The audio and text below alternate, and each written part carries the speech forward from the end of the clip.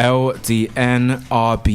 We have a very, very, very special guest in the building. We do. But for those who don't know, if you just heard the fire that we just played for you guys, if you just heard the absolute fire, well, make some noise because the man behind that track is in the building. Everyone make some noise for Kaleem Taylor. Give him a clap over here for sure. I've got to say a little annoying story just before we do this too. Go on. Probably about, as always. So probably about, let me think, about a year and a half ago, I must have got a DM from someone going, listen, you act like you know whoever's like in the UK or doing like singing, blah, blah, blah. How have I never heard you speak about this one artist? And they sent me one of your old albums. Okay. And when I spent a whole week going back and forth, hearing the tones, hearing the vibe, hearing the R&B throwback vibes. Sick, literally sick. Ever since then, I've been in your DM saying you need to come up on here. We're finally here. LDNRBS, Kaleem Taylor. Let's get into it. If anyone doesn't know who you are, who are you? Firstly, thank you guys for having me. Definitely. No, it's been overdue. Like, I think we're both excited to have you here. 100%. Nah, I really do appreciate it, man. But me, I'm just Kaleem Taylor. I sing some songs. So where are you from? I try and I live in Hertfordshire. Oh, damn. But it took about an hour to get there. So it's not really far, but it's far away enough. I don't have like much distraction or anything like that. I just kind of work and keep my head down. Do you know what I mean? So but I just try and sing these songs and try and come from an honest place. And definitely. Hopefully people can relate or try and. I think to say this, say the least, a few people. A few people. I'm sure people will definitely connecting to what you're doing. Just a few. Yeah, I mean, you just gotta keep building. Innit? Yeah.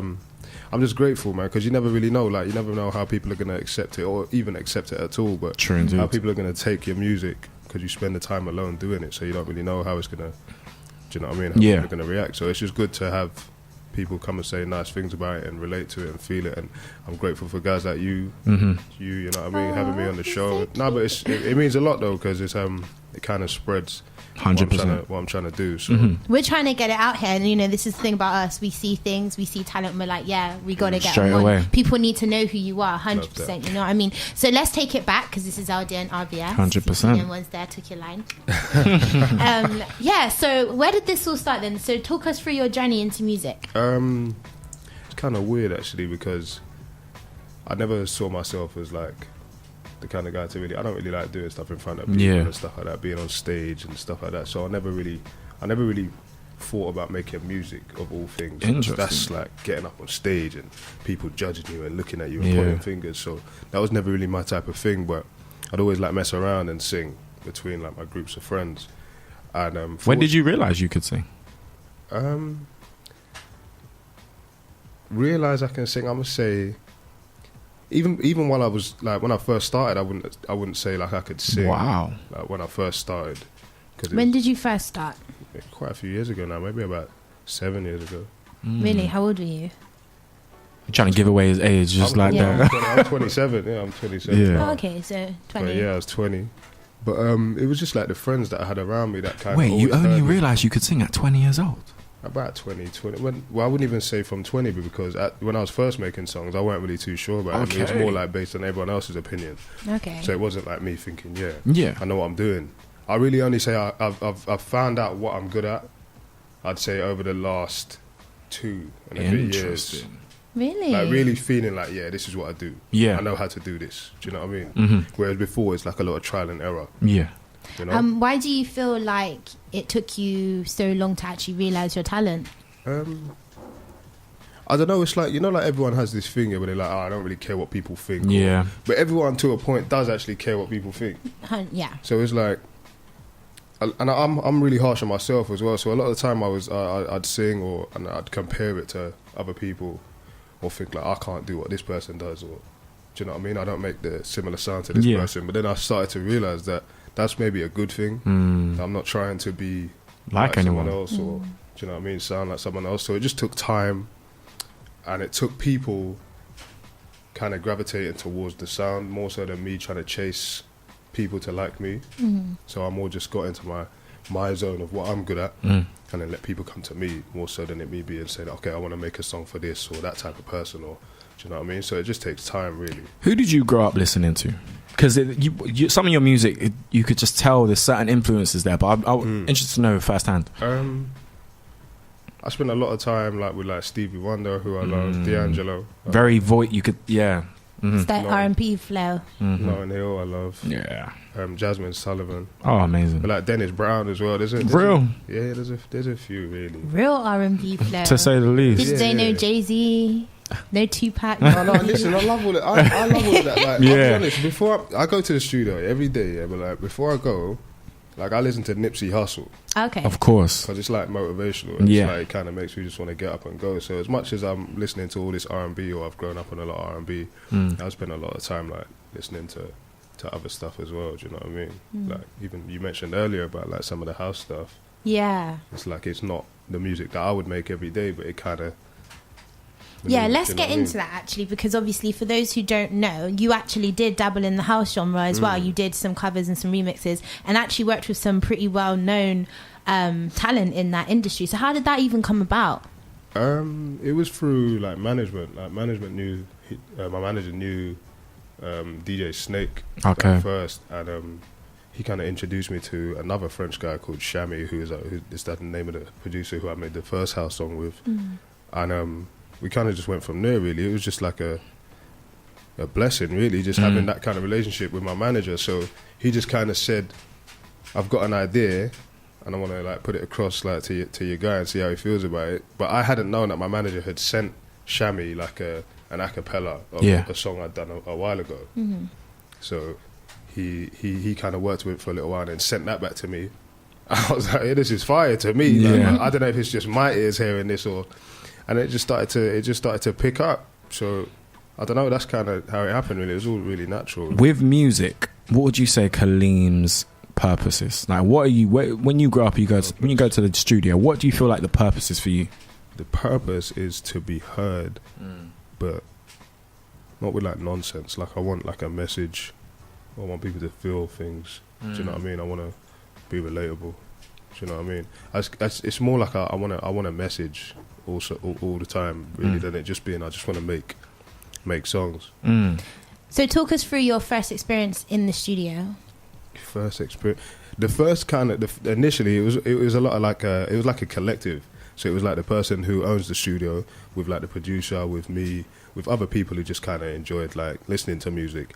So we'd kind of listen to stuff and just see how we could piece together a song, because no one really knows at first. You just kind of putting things together. So I'll never take the credit for like the first few songs I've done. I'll never take like complete credit for that, because I feel like it was always just like a joint effort. So as much people as there was in the room, everyone kind of had an impact. Do you know what I mean? So that's pretty much how it was. Just people like sharing ideas and when you first hit the studio, were you doing the kind of R&B soul sort of vibe, or where? Because obviously, I would like to know if you started in with the house, or did you start? No, never. No, I didn't start with the house. It was a lot of like R&B stuff. R&B stuff. Well, that's what I thought I was doing at that time. That's what I thought. Something close. Yeah. So, how was that transition for you to kind of switch up your sound? Because that's quite essentially a gamble. You know, you're doing R&B, you're doing sound, then go into the house market and try and dominate that. That must have been quite a bit of a challenge. Not really, because it wasn't something I planned to do. Really, it just kind of happened.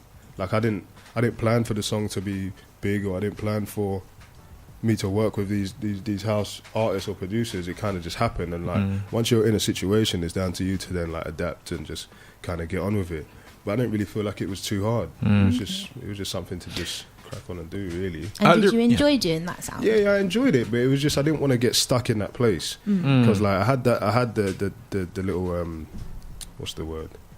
I had a little spell doing some house songs. A spell, you know. A spell. Is that the right word? Yeah, you can say that. Yeah, it was a period of time. Making these house songs, and it was like people kind of expected me to just keep it coming and like feed the machine kind of thing. But it's like I started to realize that people were associating me with house too much. Okay. And because it's not what I want to do, I didn't want to get stuck in that place. So I took my time to like find what I'm good at. That's why there was such a gap between like projects. Yeah. Because I was trying to work things out still. But nobody cares about that when you're making music. People just kind of want music all the time. Yeah.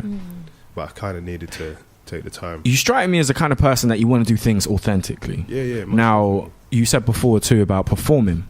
You never really been the type of person to want to be out on stage and stuff like that. Now, because I know you've got more shows coming up too. I want to know, how do you make it a Kaleem show? Like, how now would you orchestrate it? He smiles as he says it. Yeah, no, because like I'm not like super like eccentric and I'm not like, in your face, like I'm real like reserved and that. So there's not like a lot going on at my show. Like I'm not like, I don't have like there's a lot in your talent, to be honest. I have like the ruler routines and stuff like that. Like I'm just like, it's just a vibe. It's like, it's super chill. Yeah. It's like personal. That's kind of what I want people to feel when they come to the show. Do you know what I mean? Like it's more like a conversation between me and the crowd. And where was your first performance? My first performance was actually at a club, like years back.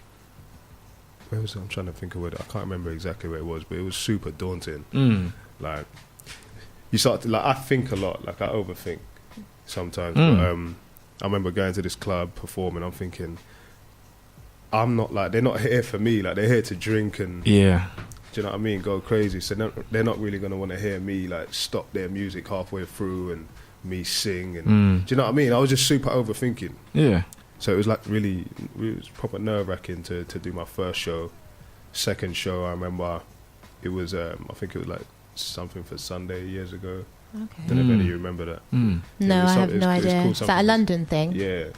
The Bristolian says that. It was called Something for Sunday, or the Sunday show, one of them.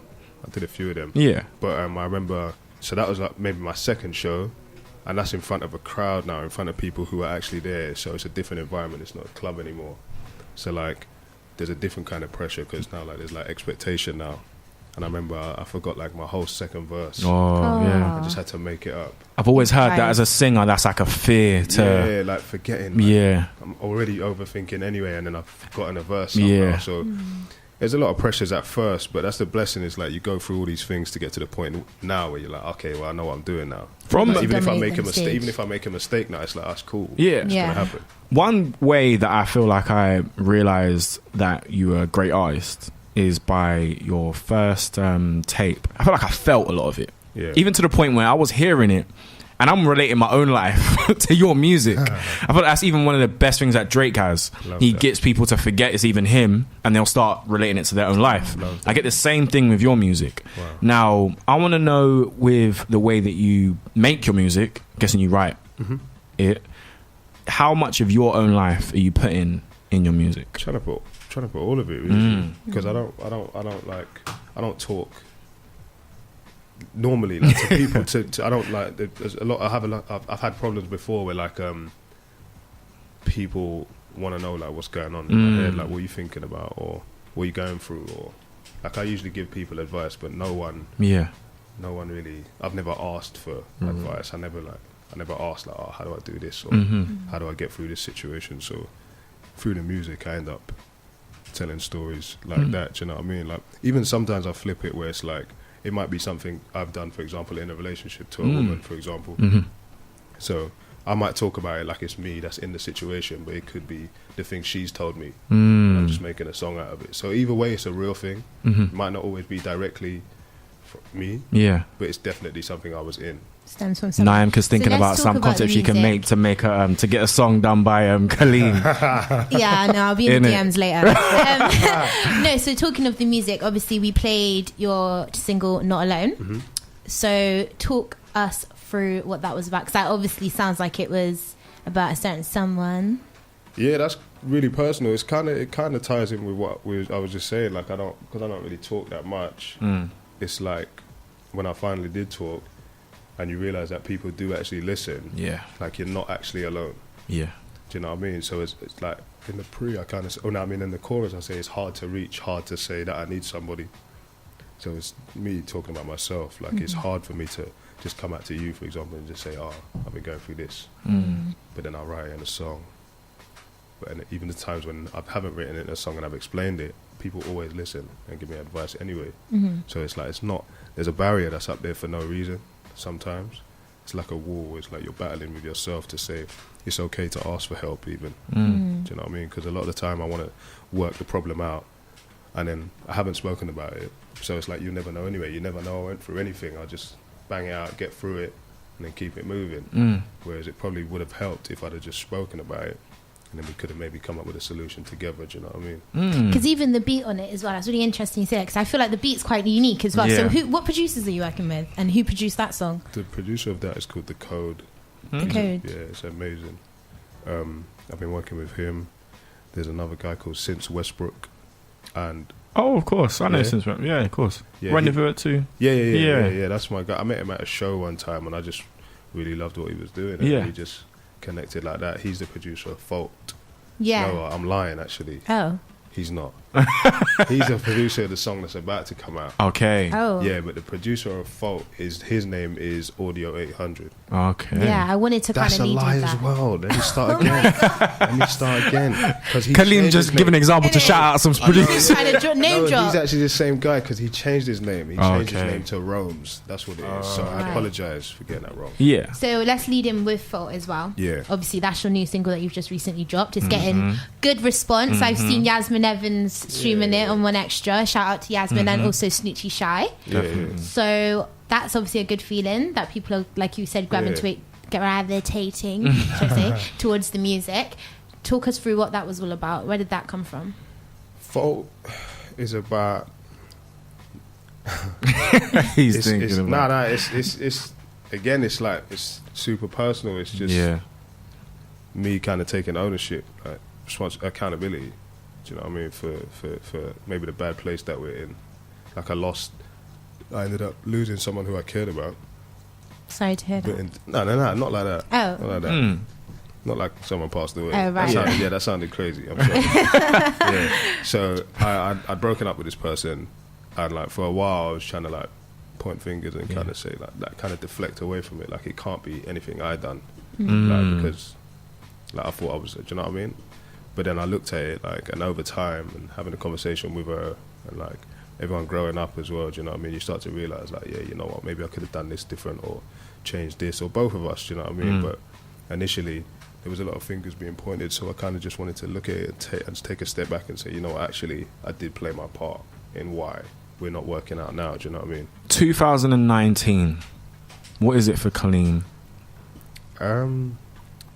To be a bit more open to share more, really. What way to start coming on LDNRBS straight? I just want to. I just want to share more. Like, there's more to the story, and it's like it's good to finally be getting things out. So 2019 for me is just to keep improving, keep talking, keep sharing, keep putting out this music, do shows.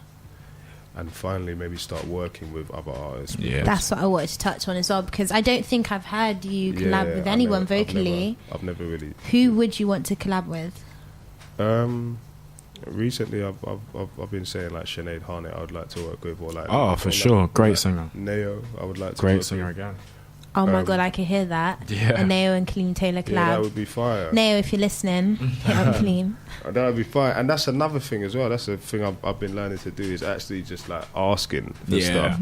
Because I don't really like to ask, because I don't want yeah, I know. Say like, which is cool. You're going to get rejection part of life, isn't it? But it's just, for me, sometimes it's a hard pill to swallow. Of course. Like, actually, I don't want to work with you. Yeah. So I never want to ask, but I'm getting to a point now where I'm like, you know what? Is what it is.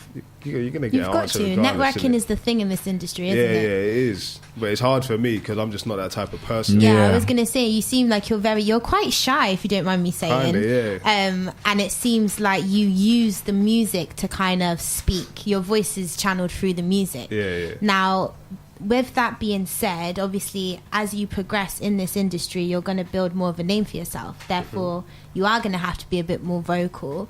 Are you kind of nervous, the fact of having to kind of do more shows, be more facing, have a lot of people see you? I wouldn't say I'm not really nervous about it. It's just you don't care to.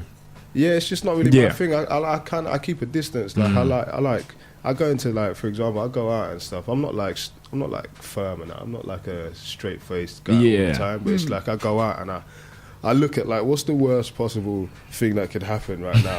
I don't know if that's normal, but like I'll sit there and look at someone. Like, if I see someone, I'm thinking, why does he put his hand in his pocket like that? Or why is he moving like that? I'm just super observant. Yeah. If I just really, so I'm like reserved, and I step back and look at the room before I'm like so eager to like be like, this is what I do. My name's this, or do you know what I mean? Present my CV to the world kind of thing. I'm not really that type of person. Because did you grow up in Hertfordshire? Nah, I grew up in London I lived in London for about 14 years, and then I moved. Where in London? Well, I lived in West London. I lived in Southall. I lived in Greenford. I lived in. Well, you're looking for another Greenford person right in front of you. Literally, it's a small place. There's not many people from Greenford, but yeah. And what was that like? It was cool. I mean, I think you do a lot of growing up after the age of 14, though. To be fair, so it was cool. I'm glad, like I got to experience kind of both sides, because Hertfordshire is very different. It's super quiet. Like I said, there's no distraction, but I get on with the work. Do you know what I mean? So, I mean, there's a blessing to everything. I'm grateful for everything I've kind of gone through to get me to where I am now. And before we play Fault 2, we want to know what your socials are. Yeah, Instagram's just Kaleem Taylor is one word. And Twitter's Kaleem_Taylor. Sick. Really. And before we do play Fault as well, obviously off air you mentioned about your next upcoming show. So talk to the people about that. Yeah, so there's a few shows coming up actually. A few. Oh, sorry. Sorry, man's out here doing shows now. I'm just, but the shows start on the 10th. The first show is in Manchester. But the 11th is the London show. Yeah. The 11th is the London show at XO Wire, so that should be sick. That should be fire. Looking forward to that. So if you guys see LDN, 100%, we should definitely come down. If you can come down, definitely. Well, love that. I'm telling you guys now, this is your girl Naya co-signing Kaleem Taylor. And me he is one to watch. Hey. Okay, you heard it here first from LDNRBS. We are now going to go in with Fault, but before we do that, thank you very much, sir, for coming on. For sure, let's give him a clap out here. 100.